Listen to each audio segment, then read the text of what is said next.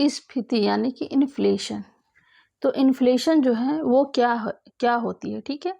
तो स्फीति जो है ये वह दर होती है जिस पर करेंसी की वैल्यू जो है वो गिरती है, यानी पैसे का मूल्य जो है वो क्या होता है, वो कम होता है, और जिसके परिणाम स्वरूप वस्तु के मूल्यों में बेतहाशा वृद्धि होती है, ठीक है। तो उसको क्या बोलते हैं, उसको इन्फ्लेशन बोलते हैं, ठीक।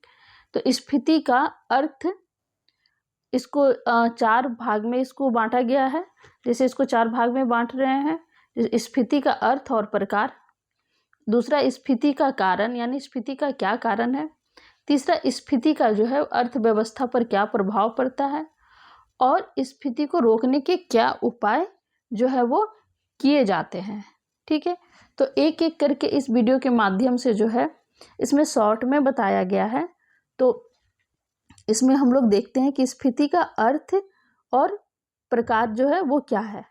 तो स्फीति का अर्थ है कीमतों में होने वाली निरंतर वृद्धि को स्फीति कहते हैं, यानी कि अर्थव्यवस्था में जो है एक लंबे समय से कीमतों में क्या होती है, वृद्धि होती है। तो उसको क्या बोलते हैं कि जैसे कि महंगाई बढ़ रही है, या आम बोलचाल के भाषा में या साधारण बोलचाल की भाषा में स्फीति को जो है वो महंगाई ही कहा जाता है, ठीक है, जिसमें वस्तुओं के मूल्यों में बेतहाशा जो है वो वृद्धि होती है। तो स्फीति जो है वो, इसके प्रकार कितने हैं, तो ये 4 प्रकार की है। पहला है मंद अथवा रेंगती स्फीति। इसमें क्या होता है कि इसमें अर्थव्यवस्था पर कोई प्रभाव नहीं पड़ता है, ठीक है। दूसरा है चलती हुई स्फीति, यानी इसमें क्या होता है कि वस्तु के मूल्य में थोड़ी बहुत वृद्धि होती है, लेकिन ये अर्थव्यवस्था के लिए जो है ये सही है, ठीक है। तीसरा है दौड़ती हुई स्फीति, ठीक, दौड़ती हुई स्फीति। इसमें क्या होता है, इस समय में सरकार को जो है इसको रोकने के लिए उपाय करने पड़ते हैं, ठीक है। ये एक सिग्नल होता है कि महंगाई जो है वो बहुत तेज़ी से बढ़ रही है, तो इसको रोकने के उपाय जो है वो किए जाने चाहिए। और चौथा है अति स्फीति। इसमें क्या होता है कि ये जो महंगाई है ये सरकार के हाथों से इसका नियंत्रण जो है वो निकल चुका होता है, यानी सरकार जो है अब चाहकर भी इसमें कुछ नहीं कर पाती, तो इसे बोलते हैं अति स्फीति। तो इस प्रकार स्फीति को 4 भाग में बांटा गया है।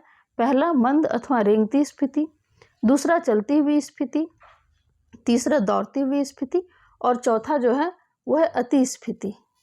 अब देखते हैं स्फीति के कारण क्या है। तो स्फीति के जो है वो 2 कारण हैं, एक इस मांग को प्रभावित करने वाले कारक और पूर्ति को प्रभावित करने वाले कारक, ठीक है। तो मांग को जो प्रभावित करने वाले कारक हैं वे कारक हैं मुद्रा पूर्ति में वृद्धि, सार्वजनिक व्यय में वृद्धि होती है, घाटे की वित्त व्यवस्था होती है, निजी क्षेत्र का जो है विस्तार होता है, अर्थव्यवस्था में जो है वो काला धन जो है उस जमा होने लगता है, और ऋण का जो है भुगतान, निर्यात में वृद्धि होने लगती है, और सस्ती मौद्रिक नीति जो है वो अपनाई जाने लगती है। और पूर्ति को प्रभावित करने वाले जो हैं कारक वे क्या हैं, तो साधनों की कमी होने लगती है जिससे पूर्ति जो है वो प्रभावित होती है, औद्योगिक झगड़े, प्राकृतिक संकट, निर्यात में जो है वो वृद्धि होने लगती है, एक तरफा उत्पादन होने लगता है, और हाथ प्रतिफल नियम जो है वो लागू हो जाता है, और अंतर्राष्ट्रीय घटक। अब देखते हैं स्फीति का जो है वो अर्थव्यवस्था पर क्या प्रभाव पड़ता है। तो स्फीति का 3 तरह से प्रभाव पड़ता है। एक है धन एवं आय के पुनर्वितरण पर प्रभाव, उत्पादन पर प्रभाव, और अन्य प्रभाव। तो धन एवं आय के पुनर्वितरण पर जो है वो प्रभाव पड़ता है। इसमें ऋणदाता एवं ऋणी पर प्रभाव पड़ता है, और वेतनभोगी पर प्रभाव पड़ने लगता है, मजदूर वर्ग पर प्रभाव पड़ता है, स्थिर आय वर्ग पर प्रभाव पड़ता है, व्यापारी वर्ग और कृषि वर्ग आदि पर प्रभाव पड़ता है। यानी कि जिसके आय का स्रोत जो है वो स्थिर है उस पर जो है वो प्रभाव पड़ने लगता है। उत्पादन पर प्रभाव, उत्पादन पर क्या प्रभाव पड़ता है, जिसमें संसाधनों का कुआवंटन होने लगता है, उत्पादन में कमी होने लगती है, गुणवत्ता में कमी होने लगती है, जमाखोरी और काला बाजारी जो है वो बढ़ने लगता है, विदेशी पूंजी में रुकावट आने लगती है और सट्टेबाजी को बढ़ावा जो है मिलने लगता है आदि इसके कारण है। और अन्य प्रभाव में जो है सरकार, भुगतान शेष, विनिमय दर, मौद्रिक प्रणाली की विफलता, सामाजिक और राजनीतिक जो है वो भी प्रभाव पड़ने लगते हैं। तो इस वीडियो के माध्यम से जो है ना इसको बहुत शॉर्ट में बताया गया है, इसीलिए इसको जो है विस्तार में नहीं बताया गया है। जो भी इसके प्रभाव हैं ये सब एक मतलब छोटे में इसको बताया गया है। ठीक, अब स्फीति को रोकने के उपाय क्या किए गए हैं? ठीक है, स्फीति को रोकने के उपाय, तो स्फीति को रोकने के लिए सरकार के द्वारा जो है कुछ उपाय अपनाए जाते हैं।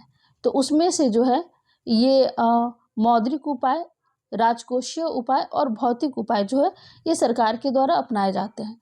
तो मौद्रिक उपाय में क्या किया जाता है? मौद्रिक उपाय में साख नियंत्रण किया जाता है, करेंसी का विमुद्रीकरण किया जाता है और नई करेंसी को जो है वो जारी की जाती है। राजकोषीय उपाय में अनावश्यक व्यय में कटौती की जाती है, कर के दरों में वृद्धि की जाती है, यानी टैक्स जो है वो बढ़ जाता है, बचत में वृद्धि की जाती है, अतिरिक्त बजट बनाया जाता है और सार्वजनिक ऋण में भी वृद्धि होती है। भौतिक उपाय में उत्पादन में वृद्धि की जाती है, विवेकी मजदूरी नीति, यानी मजदूरी नीति जो यानी मजदूरी दर जो है उसको अपने विवेक के अनुसार उस मजदूरी मूल्य को कितना घटाना है या बढ़ाना है वो विवेक के आधार पर तय की जाती है। कीमत का जो है वो नियंत्रण किया जाता है और राशनिंग जो है वो राशन को किस प्रकार से जो है वितरित किया जाए जो नीचे तबके यानी कि सबके पहुंच के पास हो। तो इस तरह से देखते हैं कि स्फीति का जो है अर्थ और प्रकार क्या है, स्फीति का कारण क्या है, स्फीति का अर्थव्यवस्था पर क्या प्रभाव पड़ता है और स्फीति को रोकने के लिए सरकार के द्वारा जो है क्या उपाय किए जाते हैं। तो इस वीडियो के माध्यम से जो है उम्मीद है कि थोड़ा बहुत स्फीति के बारे में जो है समझ में आया होगा। इसको अगर विस्तार से जानना है तो ये वीडियो बहुत लंबा हो जाएगा, इसलिए शॉर्ट में इस वीडियो के माध्यम से समझाया गया है।